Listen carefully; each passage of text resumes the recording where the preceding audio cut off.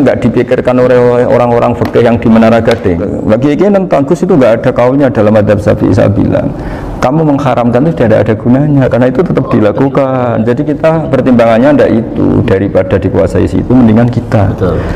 Nah itu sisi-sisi fikih. Makanya ini kita ngaji fikih ndak segampang itu memberi fatwa karena pertimbangannya banyak, Pak. Ndak hitam putih. Ndak hitam putih gitu.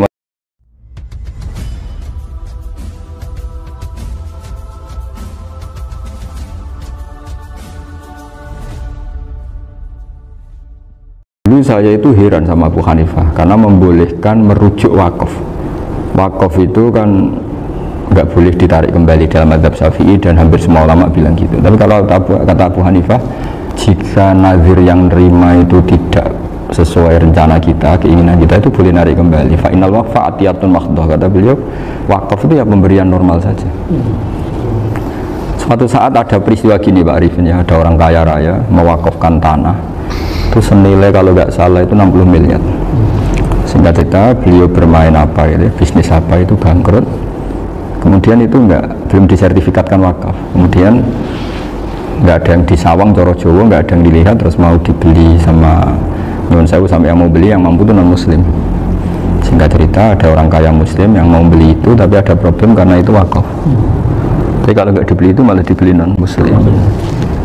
Tanya saya, hanya saya jawab nggak apa-apa, dibeli saja, ikuti madzhab Abu Hanifah. Karena kalau madzhab Syafi'i itu nggak sah semua pembeliannya. Tapi apa artinya madzhab kalau kita berpikir nggak sah, tapi yang jual melakukan? Nah itu yang nggak dipikirkan oleh orang-orang fikih yang di Menara Gading. Apa gunanya kita bilang nggak sah, tapi yang punya tanah tadi tetap menjual, karena tidak mengindahkan hukum itu. Mau apa coba?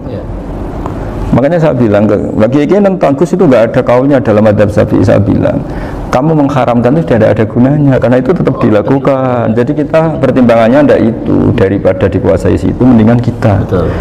Nah itu sisi-sisi fikih. Makanya ini kita ngaji fikih ndak segampang itu memberi fatwa karena pertimbangannya banyak, Pak. Ndak hitam putih. Ndak hitam putih gitu maksud saya, ini cerita. Jadi nanti kamu ngerti. Jadi mau apa coba? Itu kan ibarat gini. Hukumnya kita ngajar perempuan itu masalah sebetulnya secara, karena itu ajnabiyah. Tapi fikih mentoleransi li ajli ta'lim, karena untuk belajar gak apa-apa. Kalau sudah jadi fakta itu ribet. Dia maunya belajar sama kamu, dan sekali kamu tidak mau belajar ke yang lain yang potensi menyesatkan. Jadi fikihnya bukan masalah nazar lagi, sudah penyelamatan. Ribet kan kalau sudah begitu. Saya punya kenangan yang menurut saya itu harus jadi trauma. Siapapun harus jadi trauma. Ini cerita sedikit. Ini masih ngaji fikih, pertimbangan. Ada orang itu sangat khusyuk, sangat khusyuknya di rumahnya Pak Wafa itu nggak ada TV, nggak ada motor, nggak ada apa saja. Ketika anaknya berkembang agak dewasa, itu pertama naik motor itu ya utang jasa sama kawan-kawannya. Pertama dia ngelihat nikmati TV ya dari kawan-kawannya. Corong Jawa, mbek tanggane lah. Padahal orang tuanya ini protektif justru karena banyak tangganya sih nggak pati Islami lah. Ya mereka orang Islam tapi ya nggak sholat, nggak apa. Singkat cerita orang tuanya ini datang ke rumah sana nangis, nangis Gus. Sekarang saya ikrar bahwa mazhab abah jenengan Ki Nur Salim, mazhab bapak saya itu, mazhab jenengan itu lebih hebat imam mazhab kulo. Nangis deh. Dulu saya itu agak menyalahkan Ki Nur Salim jenengan karena longgar di rumah ada TV ada motor. Terus dia cerita. Nah karena anaknya ini pertama bisa naik motor, untuk anak ABG ini kan jasa yang luar biasa. Karena dia butuh sekali bisa naik motor, dipinjemin. Akhirnya walhasil anaknya ini yang saya merantau ke Jakarta kemana, akhirnya lam yusolli wa lam yasum. Padahal anaknya ya kiai kampung. Terus tak ceritain ini. Terus akhirnya dia tanya, kenapa sih Gus jenengan sama abah kok longgar gitu sama anak? Tak ceritani gini Pak Arifin, menurut ilmu al-insan abdul ihsan, manusia itu budaknya kebaikan. Karena utang jasanya sama anak ini, ya dia akan ingat anak ini. Sementara kenangannya mbak jenengan mbak amui, tidak boleh. Dia baru ngakui, ya Gus saya itu hanya khusyuk tapi kurang ilmu. Tadi dia hanya berdasar khusyuk. Bocah kok main delok TV, kan pikirannya hanya gitu. Ini cerita ilmu, saya bukan menjustifikasi manapun, ini kan cerita ilmu Pak Arifin ya. Jadi semuanya itu ada hitung-hitungannya. Coba kalau kita terlalu stakung anak pertama naik motor jasanya orang nggak sholat ya, pertama roh TV jasanya orang nggak sholat. Coba terikatnya anak ini sama kita apa sama orang itu? Sama orang itu. Bayangkan kalau umur ABG Kalau umur sak pari pun Pak Wafah ini nafsu astagfirullah kan. Iku cocok tuwa nome ora. Gaya tok. Bareng tua ada khusus gaya tok. Aslinya nome padha wae.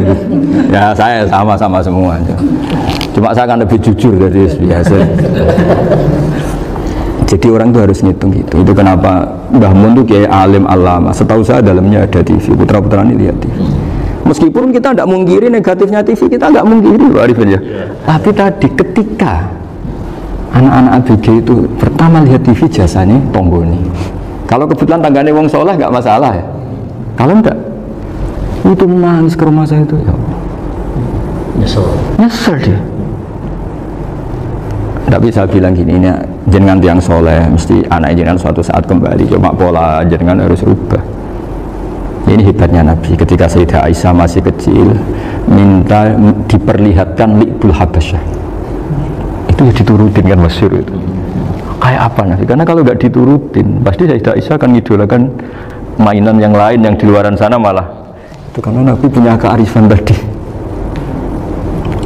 Jadi ini kan ilmu, lagi-lagi ilmu. Jadi yang semua itu harus baca dengan ilmu. Makanya kata Nabi, ad-dunya mal'unatun mal'unun fiha illa dzikrawah wa ma'alalahu aw aliman aw muta'alliman.